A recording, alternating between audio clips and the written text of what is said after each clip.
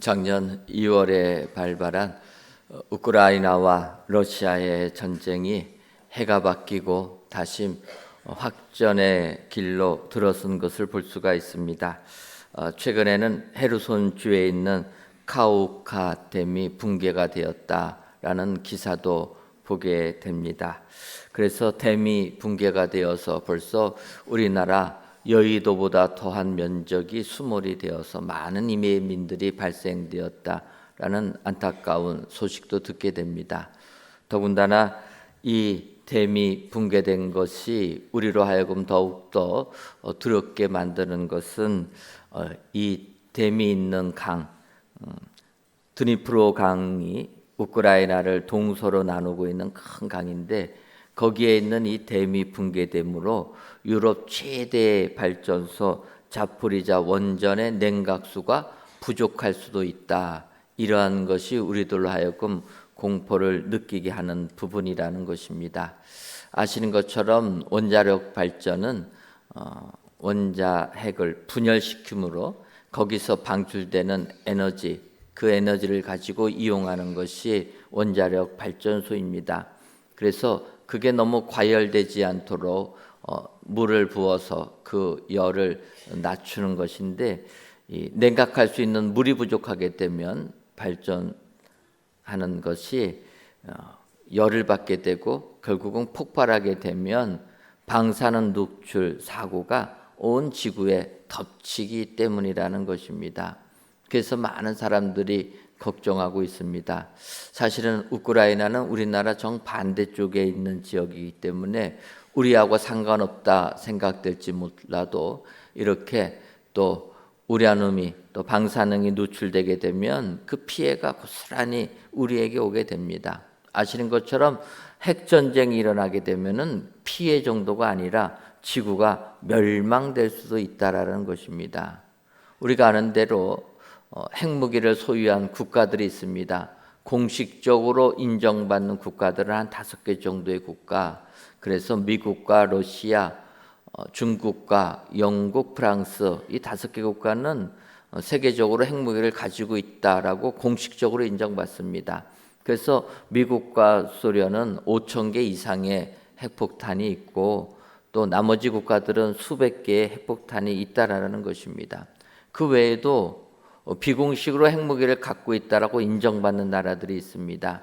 우리가 선교하고 있는 인도라는 나라, 또 거기와 항상 대립 관계에 있는 파키스탄, 이 두 나라는 다 핵무기가 있다라는 것입니다. 또 이스라엘 나라도 핵무기가 있고 우리 위에 있는 북한 땅에도 적어도 핵무기가 40개 이상이 있다. 이렇게 얘기합니다. 바꿔 말하면 이런 지도자들이 한순간에 잘못 생각해서 핵무기 발사 단추를 누르는 순간 온 세계는 파멸의 길로 빠질 수 있음을 우리에게 알려주는 내용이라는 것입니다. 바꿔 말하면 세상 지도자들도 하나님을 알든지 모르든지 간에 깨어 있어야 될 줄 믿습니다.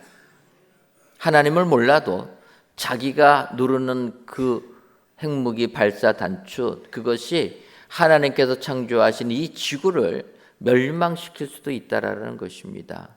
그래서 성경은 하나님을 알지 못하는 통치자들도 하나님의 심판이 있음을 말씀하고 있다라는 것입니다. 바로 그 부분이 오늘 다니엘서에 나오는 내용이라는 것입니다.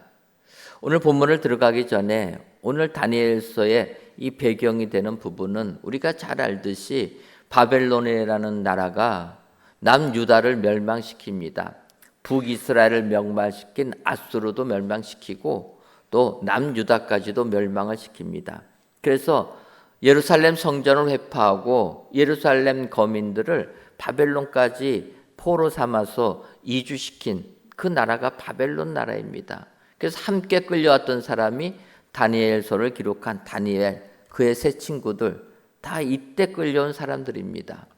그리고 나서 그 바벨론 느부갓네살 왕의 뒤를 이어서 학자마다는 손자라고도 하는 분도 계시고 아들이라고 하는 분도 계시지만 어쨌든 느부갓네살 왕의 뒤를 이어서 벨사살 왕, 그 왕 시대에 나오는 게 오늘 본문의 내용이라는 것입니다. 오늘 이 뱀사살이라는 왕, 어쨌든 바벨론이라는 강대국의 왕으로 지금 나라를 통치하고 있습니다. 또 나라가 부강해집니다. 평화로웁니다. 그러다 보니까 벨사살 왕 신하들을 1000명 이상 초청해서 큰 잔치를 벌이고 있다는 것입니다. 여러 가지 이유가 있겠지만 어쨌든 자기의 위용을 보여주며 신하들에게 나타내며 많은 수가 모여서 잔치를 벌이고 있습니다. 그때 잔치를 벌이고 있을 때 그릇이 부족했는지 몰라도 예루살렘 성전에서 드리는 아버지 느부갓네살 왕이 탈취해 갖고 온 금그릇, 그것까지 꺼내오라고 해가지고 화려하게 잔치를 베풀었다라는 것입니다. 한참 흥에 겨워서 잔치에 빠져 있을 때 갑자기 사람 손가락 같은 것들이 나타나서 벽에 글씨를 썼다라는 것입니다. 여러분, 술에 취해서 흥청망청할 때 벽면에 사람 손가락이 나타나서 글을 쓰니 얼마나 이들이 놀랬겠습니까? 왕뿐만 아니라 잔치에 참여한 모든 자들이 무릎이 녹아버렸다라는 것입니다. 두려워 떨면서 벽에 나타난 글씨, 이 글씨가 무슨 의미를 하는가? 벨사살 왕이 잔치를 중지시키고 신하들에게 해석하라고 합니다. 그런데 신하들 중에서는 그 의미를 아는 사람이 없습니다. 그때 한 신하가 얘기합니다. 왕이시여, 전에 아버지 느부갓네살 왕이 꿈을 꿨는데 아무 신하도 그 꿈을 해석하지 못할 때 다니엘이라는 사람, 유대 포로인 그가 그 꿈을 해석하지 않았습니까? 그는 지혜의 영이 뛰어난 사람입니다. 그를 불러서 이 글을 해석하게 시키십시오. 그 말에 벨사살 왕은 다니엘을 불러서 그 글을 읽게 하고 해석하게 하는 것입니다. 이제 오늘 본문을 들어가 보면은 다니엘서 5장 25절을 보면 그 벽에 쓰려진 기록된 글자는 이것이니 곧 메네 데겔 우 바르시니라. 그렇게 다니엘은 글을 읽습니다. 글을 읽을 수 있다라는 것은 그 글을 해석할 수도 있지 않겠습니까? 그래서 26절부터 28절까지 보면 다니엘이 이렇게 해석합니다. 하나님이 이미 왕의 나라의 시대를 세워서 그것을 끝나게 하셨다 하며 데겔은 왕을 저울에 달아보니 부족함이 보였다 하며 베레스는 왕의 나라가 나뉘어서 메대와 바사 사람에게 준바되었다 함이니이다. 이렇게 메네 데겔 우바르신을 해석해 주었다라는 것입니다. 사실 이 벨사살 왕은 하나님을 모르는 그런 왕이었습니다. 그리고 모든 권력을 잡았기에 아나무인격으로 잔치 베풀면서 정치하는 통치자였다라는 것입니다. 그런데 그런 하나님도 모르는 그 세상의 왕에게 하나님께서 통보하시는 겁니다. 내가 너의 통치, 너의 인생의 삶을 매내 세어보았다라는 거예요. 그 결과 저울에 달아보니까 부족함이 보였다. 데겔이라는 것입니다. 뭔가 좀 너를 정상 참작해 줄 만한 내용이 있는가 살펴보았는데 아무리 살펴봐도 봐줄 만한 게 없다라는 것입니다. 그래서 결론적으로 우바르신 너네 나라를 쪼개버리겠다라는 통보였다라는 것입니다. 세상 군안들이 어떻게 말할지 몰라도 하나님은 이 세상의 창조주이고 이 인간 역사의 주관자이시기 때문에 이 세상을 지금도 통치하시고 지금도 심판하시는 심판주 되시는 줄 믿습니다. 하나님 알지 못했다고 변명한다고 그 변명이 받아들이지 않는다라는 거예요. 하나님은 이 세상의 통치자이시기 때문에 너가 통치자가 된 것은 너가 하나님을 몰라도 내가 세웠기 때문에 너가 통치자가 되었다라는 것입니다. 그래서 백성들을 통치할 때 잘해야 된다라는 거예요. 하나님이 창조한 세상을 아름답게 만들어야 된다라는 것입니다. 그런데 너의 욕심에 빠져서 너의 교만함에 빠져서 그렇게 하게 되면 내가 봐주다가 결국은 심판을 하게 된다. 오늘 귀한 예배를 드리시는 사랑하는 성도 여러분, 우리나라는 6월을 호국의 달로 지킵니다. 이 땅에도 6.25 전쟁도 있었고 또 그것으로 인해서 수많은 사람들이 나라를 위하여 희생당한 분들이 계신 그 나라가 우리나라입니다. 이 땅에는 지금도 예수님을 믿지 아니하는 수많은 리더들이 있습니다. 그런데 하나님께서 말씀하십니다. 하나님을 몰라도 내가 세어보고 세어봐도 봐줄 게 없으면 심판한다. 오늘도 세상을 향하여 외쳐야 될 줄 믿습니다. 하나님 모른다고 변명하는 그들에게 경고의 나팔을 불어야 될 줄 믿습니다.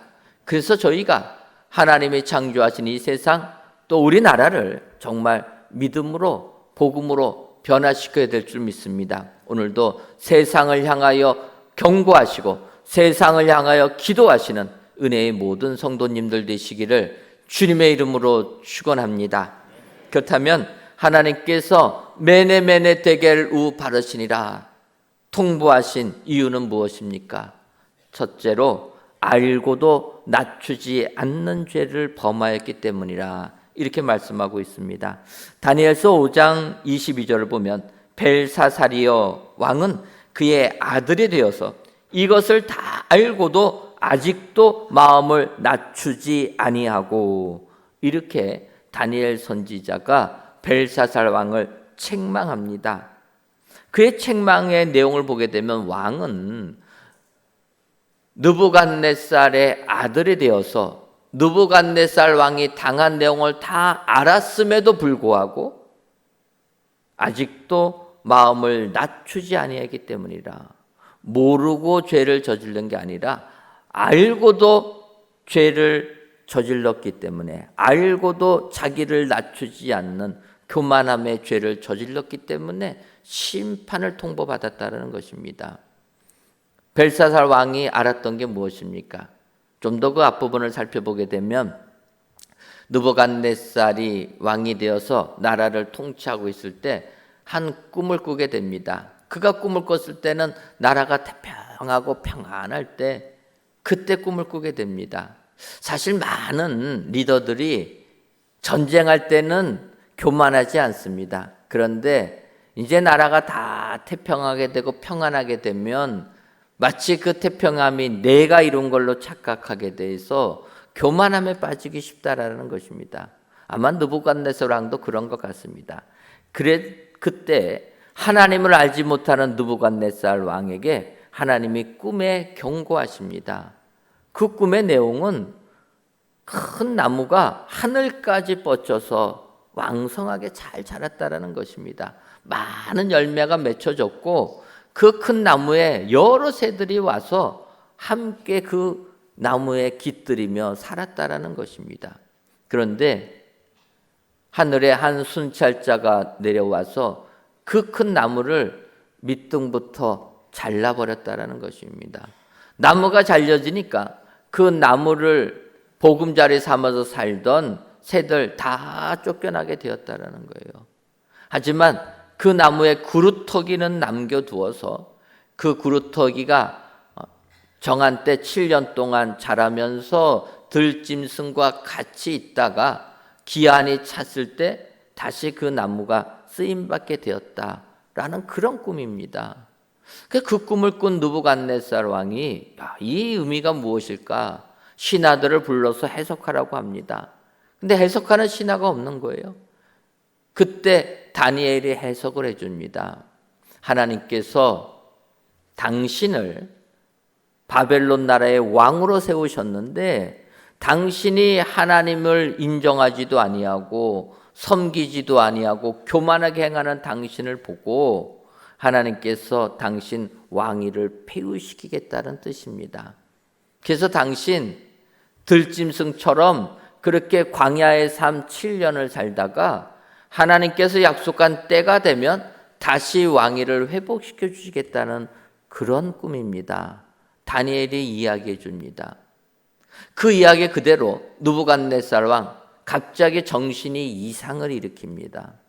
그래서 왕에서 쫓겨나게 되고 마치 들에서 짐승처럼 들판에 기어하면서 동물처럼 7년을 살았다라는 거예요. 정신 이상이 생겨서. 그러다가 7년 만에 신기하게 정신이 되돌아오게 됩니다. 되돌아온 느부갓네살, 하나님이 경고해 주신 그 꿈 그대로 되는 것을 보고 정신을 되찾은 느부갓네살이 하나님을 찬송했다라는 거예요. 하나님께 영광을 돌립니다. 그것이 바로 느부갓네살 왕이 생전에 했던 모습이라는 거예요.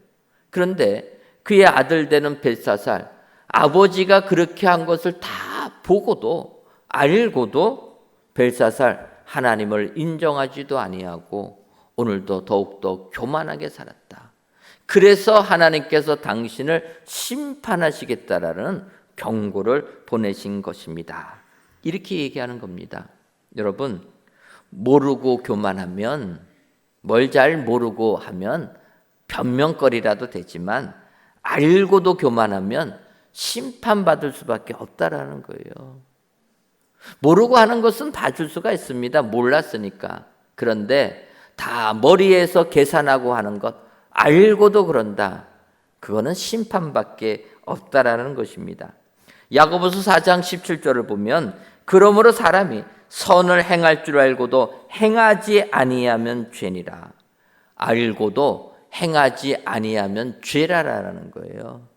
우리는 흔히 우리가 어떠한 잘못을 저질렀을 때 죄라 이렇게 얘기하지만 하나님께서는 알고도 행하지 않으면 죄라라는 거예요. 그래서 우리는 이런 삶에서 벗어나야 되는 줄 믿습니다. 세상 왕이 교만하게 나갈 때 교훈 삼아서, 아버지를 교훈 삼아서 하나님을 섬기함에도 불구하고 그거 하지 않으니까 하나님이 죄라 명하시고 그를 징벌하셨다라는 것입니다. 이것은 예수님도 마찬가지로 말씀하십니다. 누가복음 12장 47절과 48절을 보면 주인의 뜻을 알고도 준비하지 아니하고 그 뜻대로 행하지 아니한 종은 많이 맞을 것이요 알지 못하고 맞을 일을 행한 종은 적게 맞으리라. 무릇 많이 받은 자에게는 많이 요구할 것이요 많이 맡은 자에게는 많이 달라 할 것이니라. 예수님께서도 동일하게 말씀하십니다. 주인의 뜻을 알고도 준비하지 아니한 자, 그 뜻대로 행하지 아니한 종은 많이 맞을 것이다. 알고도 행하지 않는 자는 많이 맞는다라는 것입니다. 알지 못하고 맞을 일 행한 종은 알지 못하고 했기 때문에 적게 맞는다. 여러분, 이 세상의 문제는 몰라서 죄를 저지르는 게 아니라는 것입니다. 다 알고도 죄를 저지르는 게 문제고, 알고도 죄를 저지르는 자 하나님이 더 크게 심판하신다라는 것입니다. 그래서 우리는 세상을 향하여 경고해야 된다라는 것입니다. 세상 사람들 얘기합니다. 나는 하나님 모릅니다. 그러나 아니라라는 거예요. 하나님이 다 경고해 주시는데 그거 알고도 교만하게 나가는 너희들 하나님이 심판하신다. 오늘도 세상을 향하여 여러분 하나님의 말씀을 증거하시는 여러분들 되시기를 주님의 이름으로 축원합니다. 세상 군왕들 하나님 앞에 무릎 꿇어야 될 줄 믿습니다. 내 지식 가지고 내 지혜와 내 능력 가지고 군왕이 되었다. 착각이라는 것입니다. 역사의 주관자 하나님이 세워주신 것이다. 그래서 하나님 앞에서 겸손할 때 그들의 삶은 복이 되지만 알고도 교만한 그들 하나님이 심판하신다. 여러분 기억하시고 오늘도 우리가 사는 이 세상에 이런 나라, 이런 국민들 될 수 있도록 기도해 주시는 은혜의 모든 성도님들 되시기를 주님의 이름으로 축원합니다. 다음으로 메네메네 데겔 우 바르시니라 통보받은 이유는 넘지 말아야 할 선을 넘은 죄를 범했기 때문이라 그렇게 말씀하고 있습니다.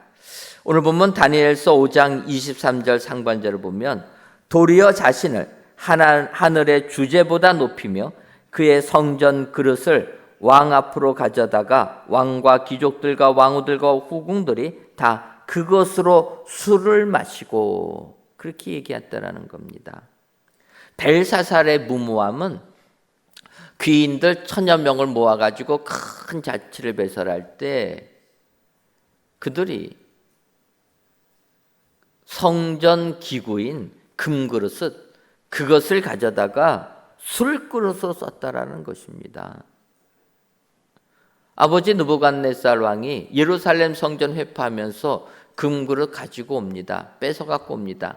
그런데 아버지는 그 금그릇을 보관만 해두었다라는 거예요. 그런데 그의 아들 되는 벨사살은 거기에 무모함이 더합니다. 그건 뭐 하려고 보관해 두느냐? 사용해야지. 오늘같이 기쁘고 좋은 날 술잔치 벌일 때 이 그릇 다 가지고 와서 술잔으로 술그릇으로 쓰자. 그래가지고 화려한 금그릇들 다 가지고 와서 술잔치에 사용했다라는 것입니다. 뭐 하나님을 모르는 벨사살, 나는 하나님을 모르고 그래서 하나님께 제사 드리는 것도 모르고 그 몰라서 내가 이 그릇 가져다가 술 그릇 쓴 게 뭐가 잘못이냐, 그렇게 항변할 수도 있을 것입니다. 그런데 하나님은 그 행동이 선을 넘었다라는 거예요. 하나님께 제사 드리는 그 그릇을 망령되이 술잔으로 사용한다. 그것은 결코 너희들이 하나님을 모르는 너희들도 넘지 말아야 할 선을 넘었다라는 겁니다. 여러분, 하나님이 생각하시는 그 선을 넘는 자 멸망밖에 없는 줄 믿습니다.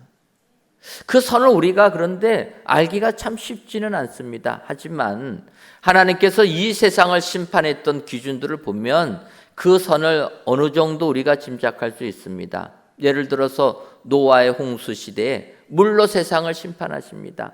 하나님께서 그들을 심판하실 때 뭐라고 말씀하십니까? 이 땅에 있는 사람들은 생각하는 것이 항상 악하다라는 거예요. 먹고 마시고 사고 파는 것밖에는 관심이 없다라는 겁니다. 소돔과 고모라 성이 유황불, 불심판을 당할 때 그들의 삶이 어떠합니까? 도덕적으로 무너져 버렸다라는 거예요. 동성애가 횡행합니다. 롯의 가정에 찾아온 천사들 범하겠다고 달려지지 않습니까? 도덕적으로 타락한 그들 하나님이 심판한다라는 거예요. 더 나가서 하나님께 예배드리는, 하나님께 제사드리는 하나님의 임재를 상징하는 것, 그거 구별하지 못하면 선 넘는 거라는 겁니다. 우리가 아는 대로 다윗 왕이 법궤를 예루살렘 성으로 인도해냅니다. 그럴 때 어떤 일이 벌어집니까? 사무엘하 6장 6절과 7절을 보면 그들이 나곤의 타당마당에 이르러서는 소들이 뛰므로 우사가 손을 들어 하나님의 궤를 붙들었더니 여호와 하나님이 우사가 잘못함으로 말미암아 진노하사 그를 그곳에서 치시니 그가 거기 하나님의 궤 곁에서 죽으니라. 노아의 홍수보다 소돔 고모라 성의 불심판보다 더 강력한 것은 하나님의 명령을 어기는 것, 이것을 강력하게 하나님이 처단하셨다라는 것입니다. 사실 우사 입장에서는 변명거리가 참 많이 있을 수 있습니다. 우리가 아는 대로 어떡합니까? 하나님의 법궤를 예루살렘 성 안으로 모시기 위하여서 수레에 실어서 법궤를 옮기고 있다라는 것입니다. 근데 그들이 나곤의 타작마당에 이르러서 소들이 뛰게 됩니다. 갑자기 소들이 뛰었다라는 거예요. 소들이 뛰니까 수레 위에 놓여졌던 법궤가 떨어질 상황이 됩니다. 그래서 우사가 법궤 떨어지지 말라고, 바꿔 말하면 떨어져서 망가지지 말라고 법궤를 잡은 것 아닙니까? 그런데 하나님께서는 너가 법궤를 손대었다 해서 그를 죽이고 말았다라는 거예요. 세상 사람의 눈에 보게 되면 이게 죽을 만한 일인가 그렇게 생각될 수 있습니다. 근데 하나님은 아니라는 겁니다. 왜 그렇습니까?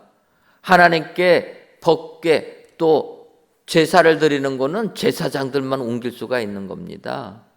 제사장 아닌 사람이 그거를 손댄다? 그건 죽음이라는 거예요. 하나님께서는 하나님의 말씀 어기는 죄가 더 크다라는 것입니다. 하나님의 법궤를 망가지지 않게 보호해 주는 것 좋지만 더 앞서는 것은 하나님의 말씀을 어기는 거라는 거예요. 지금도 우리는 세상 살면서 명분을 많이 얘기합니다. 아니 우사같이 행동할 때가 많이 있다라는 거예요. 하나님, 법궤가 망가지지 않도록 내가 법궤를 막은 것이 무슨 죄가 있습니까? 오히려 하나님으로부터 칭찬받을 일 아닙니까? 내가 법궤에 손대지 아니하면 법궤 수레에서 떨어져서 다 깨질 텐데 법궤 깨지지 않도록 내가 손을 붙잡은 거는 더 잘한 것 아닙니까? 칭찬받아야 되는 것 아닙니까? 하나님은 아니라는 거예요. 내가 정한 그 말씀의 법, 내가 정한 법을 어기는 것은 선을 넘는 거라는 거예요. 벨사살 왕은 하나님께 예배드리는 제사드리는 그 그릇, 제물을 올려드리는 그 그릇을 술굿으로 바꿔버렸다는 거예요. 선을 넘어도 한참 넘게 되었다. 결국은 그 왕은 그날 밤 죽임을 당하고 말았다는 것입니다. 여러분, 우리가 믿음 생활할 때 선을 넘지 말아야 될 줄 믿습니다. 세상을 향하여서도 선 넘지 말라고 경고의 나팔을 불어야 될 줄 믿습니다. 우리가 6월을 호국의 달이라 얘기합니다. 왜 그렇습니까? 6월에는 6.25 전쟁이 있었다는 거예요. 얼마나 많은 사람들이 6.25 전쟁으로 목숨을 잃었습니까? 다시는 이 땅에 이런 전쟁이 일어나지 않아야 되는데 6.25 전쟁사를 연구하는 사람들이 여러 가지 이야기를 합니다. 그러면서 6.25 전쟁이 일어난 원인이 여러 가지 있을 때 남한도 잘못한 게 있다. 사실 두 나라가 전쟁할 때는 서로 긴장관계 속에서 대치하다가 전쟁이 일어난 것 아닙니까? 그런데 그분은 그렇게 얘기하는 거예요. 누가 먼저 침략한 건 중요하지가 않다라는 거예요. 그거 중요한 겁니다. 누가 먼저 38선을 넘어온 게 중요한 거지. 여기서 넘어오게끔 유혹한 게 잘못입니까? 그분은 그렇게 얘기하는 거예요. 그러면 누가 죄인인지 다 흐려진다라는 겁니다. 하나님은 선 넘지 말라라는 거예요. 인간적인 생각 가지고 선 넘지 말라라는 것입니다. 그것은 하나님을 믿던 하나님을 믿지 아니하던 선 넘지 말라. 어떻게 하나님께 드리는 그 그릇이 술잔이 될 수 있느냐? 여러분, 이 부분은 우리가 항상 기억해야 될 줄 믿습니다. 이 선을 넘어가는 자들은 하나님을 알지 못하는 자들도 하나님이 심판하신다.